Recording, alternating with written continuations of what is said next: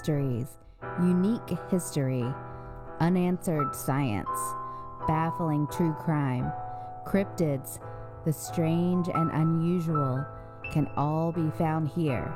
So, come out of the rain and follow us across the creaking floor, through the secret passage, into the realm behind the bookcase.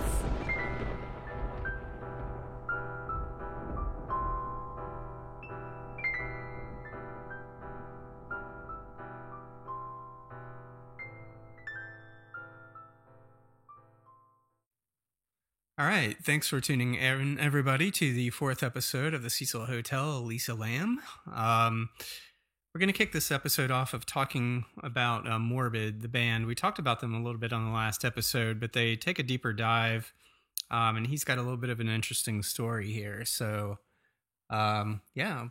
Yeah, so they did talk to him. They had a full interview with him where they discussed how he kind of got into the position that he was as being a suspect of the internet sleuths. So he said that his alter ego, he sometimes took it too far. And as Morbid, he felt like he could be a little bit more brash and took it, like I said, took it a little too far sometimes. And so they just delved into all of the hateful messages that he had received and the way that he was treated, and basically pretty much ruined his life. And at the end of it, I think the most haunting takeaway was he said he felt like he was just another victim of the Cecil Hotel, just in a different way. Yeah, I thought that was an interesting line. And clearly this is a case where someone's playing a character. They are this thing that they've created, Morbid, this identity for a band, and people are conflating, and they can't separate the art from the artist. Yeah, it's unfortunately, it's kind of ruined his career here. Definitely unfortunate. But one thing that I'm glad they jumped into right after that was getting into the toxicology report. The toxicology reports did end up coming in, I want to say weeks later. I want to say it was something like 4 weeks later. I believe it's 4 weeks. Which is, you think that's an exceptionally long time to wait for something like this, especially as high profile as this is becoming in real time. Right. With people bombarding the hotel. It's really interesting that it took that long. So, and it just let people stew a lot. And yeah, and I think it added a lot to the mythos of this, what was going on, and why it just added another strange element, or what are the police hiding, or fill in the blank, whatever you want. Right. Here. There was no evidence of alcohol or illicit drugs. They only found evidence of Lisa's prescriptions. However, they did make a discovery that the toxicology for her prescriptions in her bloodstream was extremely low, which meant she was undertaking her medications. And there was, I want to say, 4 different medications she was taking at least. There was an antidepressant, a mood stabilizer, and a quote-unquote typical antipsychotic. I think it was atypical, actually. But because of her, she specifically had some issues with psychotic episodes that we'll learn later. Oh, maybe I heard her say typical. And yeah, I think it atypical. Was it might have been atypical. Yeah. And just for the state of mind of where Elisa was mentally, and this will come in a little bit later, more clearly. But going through her posts at the time, she would say things like, where would I be without the internet? And that she wanted to inhabit someone else's brain. But it wasn't crazy ramblings. It was somebody that had this very intelligent sort of blog post. And like you said before, it was very diary-like. It was intelligent and aware, but clearly somebody who was struggling. And one thing that she sort of made clear in her blog is that she wanted to feel normal and do normal things again, and be a normal person, and not have to take these inordinate amounts, in her opinion, of medications every day.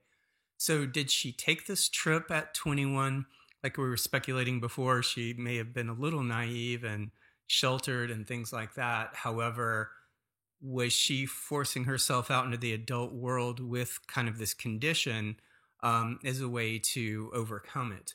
Can I go out there and gain confidence and be normal? And did she find her confidence during this trip at the hotel and stop taking her medications? Yeah, that's really what it seemed like happened with her stopping the medications or lowering it. And we don't know 100%, but it did appear that way. Um, there was a psychiatrist on that was kind of describing the state of being bipolar, and that in a manic state she could have been less risk averse, taking more risks. Her sister also had mentioned that Elisa, and just to be clear, her sister wasn't on the show, but this psychiatrist had spoken to the sister. Direct quotes, I believe. Right. And she mentions that Elisa thought that people were after her and would hide sometimes when she wasn't taking her medication. Once she hid under the bed, she had a history of not taking the medications every now and then, and when she wasn't, she was having these episodes and actually hallucinating, which speaks a lot to that elevator footage when everything's put together. For sure. And it just makes me wonder about the sort of timeline of when the police talked to the family or got any of this information, and subsequently upon their investigation. Talking to the sister seems to have done a lot to solve some of the mystery of at least the elevator footage. And, why the police would put that out first without consulting the family. And there's a couple reasons why they did it that we'll get into a little later, but it just seems strange that the video exists. Had they not talked to the sister first, maybe they didn't need to have gone that route, or something would like it that. have not been such a mystery to them? I mean, I think if you take a look at some of the things that were revealed about her other behavior on the trip that they were able to piece together, obviously they probably found these things out after they had already put the video out. But clearly, I think so, because like you're saying, other things, it just explains a lot more of her behavior and this is what happens when things get inside of a bubble or are taken out of context, like the elevator footage. But on this same trip, she was going to see a taped show. I don't think they mentioned what the show was, but she wrote this long-winded note to the TV host, and was so disruptive at the show, or because she identified herself that wrote that letter, almost like they sort of made it out to sound like a crazy fan. Yeah, it was like she was trying to insist that they give it to the host. Right. She was escorted out of that live taping on vacation from a television show. She was also being very disruptive in the hotel. She was not letting the roommates into the room without a password. Kind of like playing a game, it almost seems like. She would leave notes on the roommate's bed saying, go away and go home. Just as a reminder that she was sharing a room with a couple of other girls, and so she was leaving those notes and locking them out, and so they complained, which I think we mentioned before, and the night before she went missing, or the night before she was supposed to check out, they decided just to go ahead and give her own dedicated room. That was stated by Amy Price, the general manager that we've been talking about. And she said that they just felt like it was the best solution for her. But she also mentioned that she had walked in the lobby and made a statement like, I'm crazy, but so is LA. And she said that it really wasn't that odd in the Cecil Hotel to have, someone say something similar to that. It wasn't too off to really raise alarms with the staff. Again, when you see something or hear something like that, it sort of raises a red flag, like, what the hell? But at the same time, how many times have you been at a football game or in a hotel? But, where people just run through a hotel screaming, something crazy, and you're like, yep, that's happening right now. Yeah, you just assume they're drunk or, they're having a good time or whatever. And I think the hotel giving her own dedicated room is going to speak to something coming up at the end as well. Right. About how that was handled. But moving on to the police investigation, the police sort of pivot the investigation towards someone who is not taking their meds now with this evidence, and to someone who could have succumbed to a crime or an accident for that very reason. And reviewing the crime scene itself, and I'll have to agree with this looking at the photos, and we'll put them up on the screen here, but it'd be very hard to carry a body across the water tank that she was actually in. There's a series of pipes, or these two thin pipes, and they may be hot. Who knows if, one of them connects to maybe a hot water line or a hot water system, but they're very thin, awkward things with release valves and things all over them that you wouldn't walk across these or balance on them easily. There's two of them that you would have to transverse to get over onto this thing. Moreover, if this were a homicide or something like that, you would have to carry a body up this extremely long ladder to even get into that position before getting across the pipes and things. Yeah, I think they had two separate ways, and both of them required at least a big ladder. And neither one of them was a good proposition for getting a body into that tank, as it were, and not having cuts or bruises on a deceased body, which they did not find. You mentioned last time, on the autopsy. So, that was a pretty good evidence against a situation like that. Anyway, now one thing wasn't, so that sort of takes away or diminishes there being a homicide or another person's involvement. However, the body was found face up, which can usually indicate foul play. Bodies found deceased in water should be floating. Organs bloat, things like that. The body turns, they should be face down in the water. But again, this is a little bit of the dark part here, folks, is because of how she was found and where it was. She was in a body of water that was not necessarily near the entrance lid where she got in. Yeah, I know every time I picture it in my head, it's just like, oh, she climbed in like to a pool. Mm-hmm. But it could have been 5 feet down before the water was, depending on what level that tank was at. Right.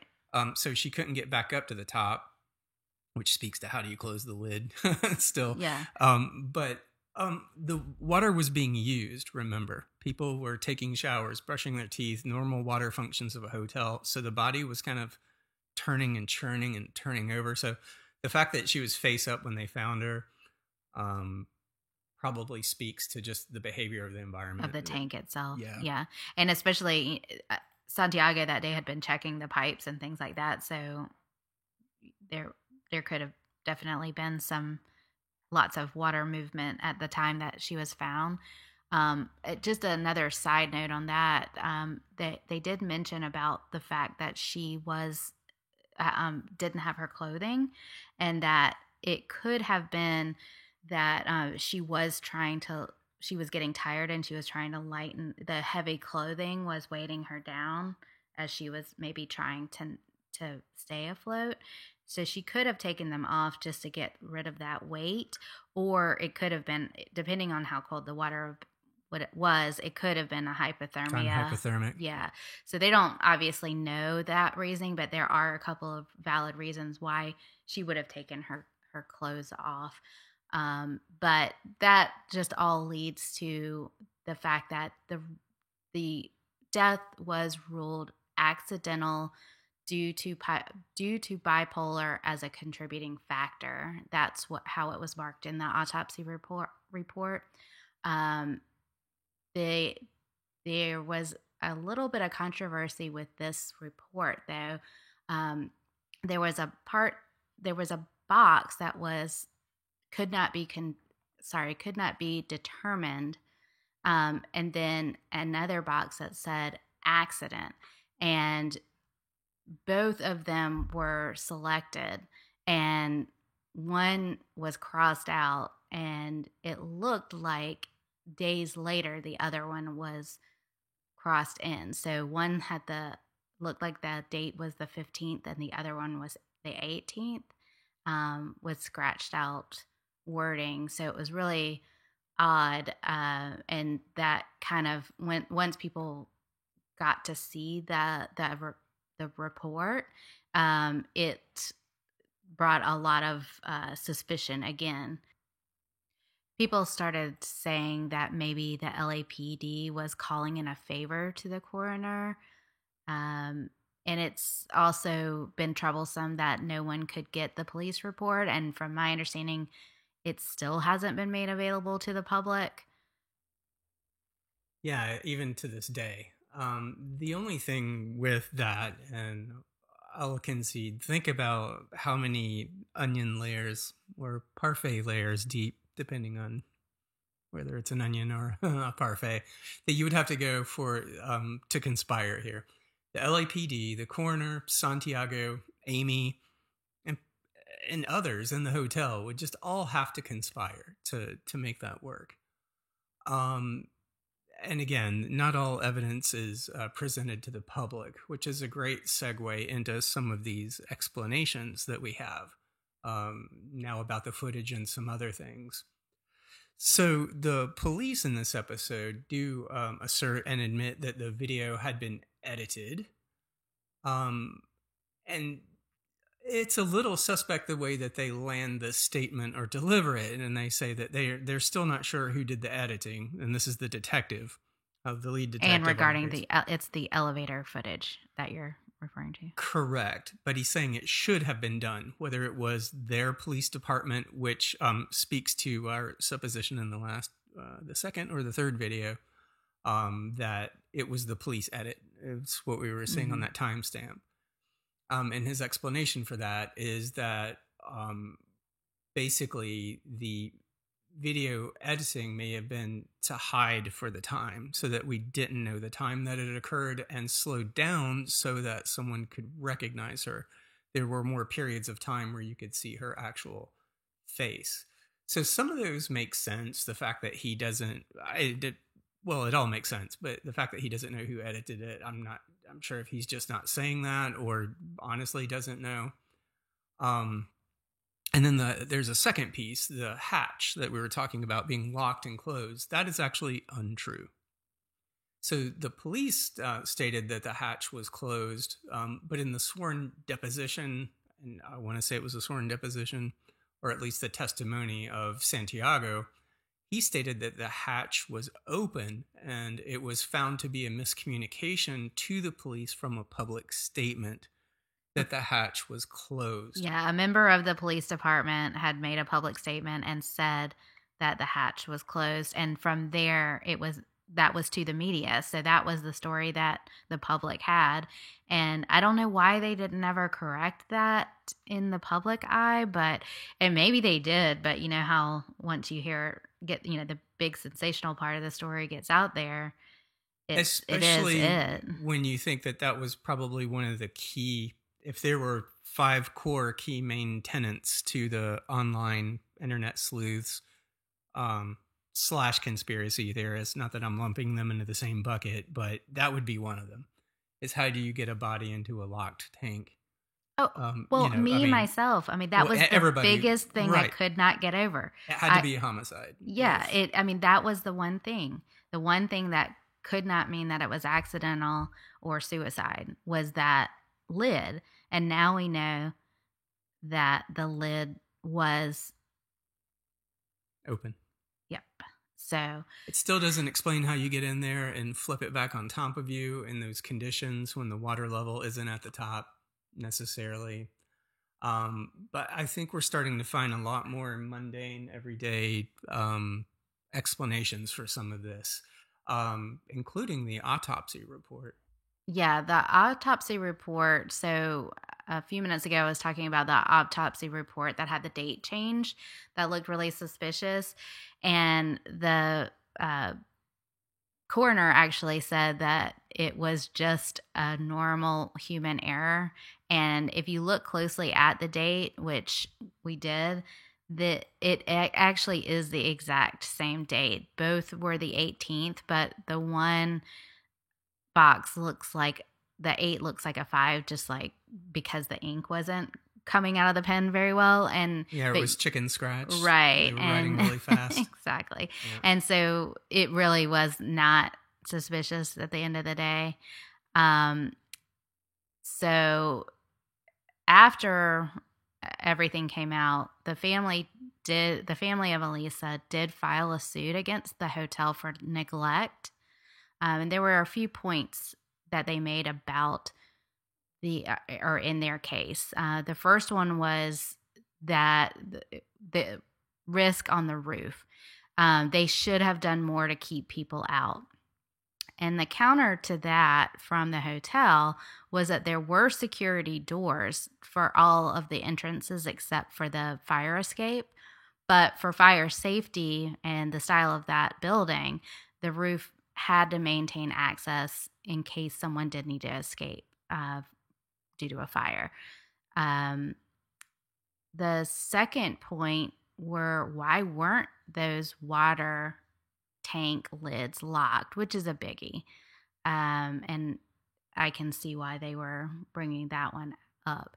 But the counter there was simply that at the time there was no regulation for those tank lids to be locked. I'm not sure now if there is regulation. I would imagine there probably is now. Yeah, I think Amy, the general manager's statement was, it kind of sucks to say that there was just no laws at that time, so we weren't breaking any laws, but there were no laws at that time. And why do something if it's not a regulation? You wouldn't think somebody's going to go on the roof and climb into a tank. Right. And she said, but now because of this, yeah, you're damn right. And people that everybody is locking water tanks on the top of buildings now, but because of this case. Yeah. So regulations are not, right? Correct. Not anything before that. Yeah. And the last point that was that the hotel should have done something and assisted Elisa more when they noticed her odd behavior. And Amy Price did say, as a hotel staff, how far do you go? How can you know if that they're actually in distress or just that they're a little bit wild? And she said, it was also not uncommon for people to act like that in that area and in that hotel. Well, we've discussed, the environment in Skid Row and people walking through the hotel in all states of being. Somebody just running through going, I'm crazy and so is LA. Knowing the environment is the least insane thing. I think you probably heard that day. And she said if she called that in, she doesn't even think that the police would have come. She can't Not say at for all. sure, but just making a statement like that, the police would probably be like, okay, whatever. She's been a little disruptive on her floor. You've already moved her, so you took care of that situation. You have building security. Take care of it. We are stretched thin.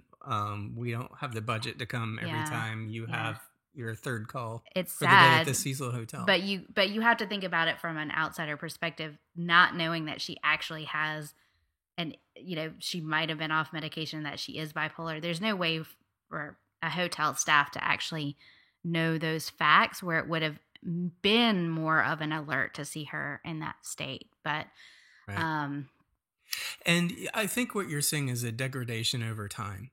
If our theory, at least with this evidence and kind of finishing this thing up here, that the evidence that at least that Netflix crime scene show is presenting to us, that, someone running in one day and saying something or leaving notes, they gave her own room. Sure, that's one behavior, but making a statement like this, but two different hotel staff may have been involved. Did the general manager get all of this and start cobbling together a case? Well, that's not her job. So no, and she's probably declining each day that she's undertaking her medications. So it's getting progressively worse. Now, Elisa did have bipolar 1, which is severe, but was perfectly normal and fine when taking her cocktail of medications. And also, the severity of bipolar 1 is her reason for being on antipsychotics. But it probably just got to the point where, like her sister was saying before, she got to that hallucinogenic state before anybody else knew. Now, should she have, or would there be a record of somebody? Could you have gone to the front desk and say, I have these conditions, I take these medicines? But that's not likely for anyone to do. It's not likely. And she was trying to be normal on her trip, Right. And I think she was just trying to live life as somebody that didn't have to take these medications, reach out on her own for the first time, stretch her wings, so to speak. And when she did get to that hallucinogenic state, I think she saw the tank as a place to hide, like the bed that she ran under at home that her sister was talking about earlier. She was trying to go hide somewhere. Yeah, I mean, I think that ultimately we can see from the video that she is having an episode, a mental episode that caused her to be scared and run, and who knows how she got up those ladders and over and into the tank, but that was really the only thing on the roof once she made it there. So I think it was definitely determined as accidental due to her bipolar as a contributing factor, and I think that's pretty spot on from now having all the information, and it's just really sad. And it is, and the hotel did end up winning the cases, or the case. The wrongful death case was dropped, at least. The Cecil was sold subsequently, and a few years after that, it was sold on January 21st in 2017. And overall, I think if there's a overarching storyline or a thread through this, is mental illness. It was sort of the Elisa Lam inside of the Cecil Hotel was a microcosm of what was going out on the streets in Skid Row. Just like the homeless are blamed, that might have mental illnesses or mental issues. For the area, the hotel, maybe, or who do you blame, when it comes to Elisa Lam's situation? So it just seems to be an overall story of mental illness and how to handle it better, or to be more aware of it, I think was a big takeaway for me. Yeah, and I think that was a big takeaway for a lot of people, and I think that's why everyone had such a vested interest in trying to, at first figure out where she was, and then once she was found, figure out what happened, and, wanting justice for her if she had been, if something had happened to her. And I think still to this day, people want justice in the fact that we should be more aware of people going through things and reaching out and being caring about other people. And people are still reading her posts today, and still there are Facebook posts out there still discussing aspects of the case. I think a lot of the internet sleuths and people that were hyped up in the beginning for the homicide angle have sort of backed down with the evidence now and seen that this is really a story of something much more tragic in a way. But the good news is she is influencing influencers today. She still kind of lives online through these posts, and they're still posting about her. Yeah, and they're sort of putting a positive, as much as you can, spin on this. But I want you to take us out with, you joined a Facebook group about this, and somebody made a really, I think, in my opinion, the great way to sort of wrap this whole thing up and come to this conclusion. But they talked about having that condition and sort of went through the timeline of the elevator footage and commented on it. So can you take us out with that? It was really interesting, and I wish I could give credit to this person on Facebook, but there again, for privacy, I don't know that that would be okay. So, but just to boil it down, the person posted that they also have this type of bipolar, and the conditions with seeing the hallucinations she described as she really would have been visualizing someone out to harm her. And this person had had similar occurrences where she had even seen her own reflection in a mirror and thought that that reflection of herself was telling her to harm herself.